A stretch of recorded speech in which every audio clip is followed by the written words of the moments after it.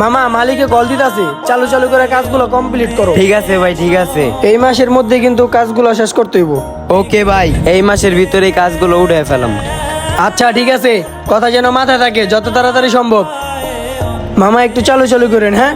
মালিক phone দিয়ে পাগল বানানো ফেলাইতেছে আমারে। ঠিক আছে ভাই, করতাছি। এই সময় আবার কে কল দিল? ভাবতে না ভাবতে মালিকে কল দিয়ে দিছে। আসসালামু আলাইকুম স্যার। ওয়ালাইকুম সালাম। সাইডে কেমন কাজ কাম চলতেছে?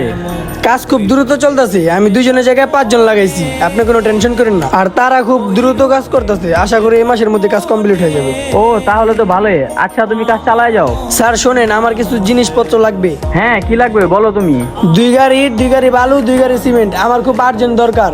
আচ্ছা ঠিক আছে, তাহলে আমি সকালে পাঠানোর ব্যবস্থা করতেছি। আচ্ছা স্যার, ঠিক আছে, তাহলে রাখি। আসসালামু আলাইকুম। এই দুপুর বেলায় কি মঞ্জুর মামার দোকানে আছে? ওই যে বয়া রইছে।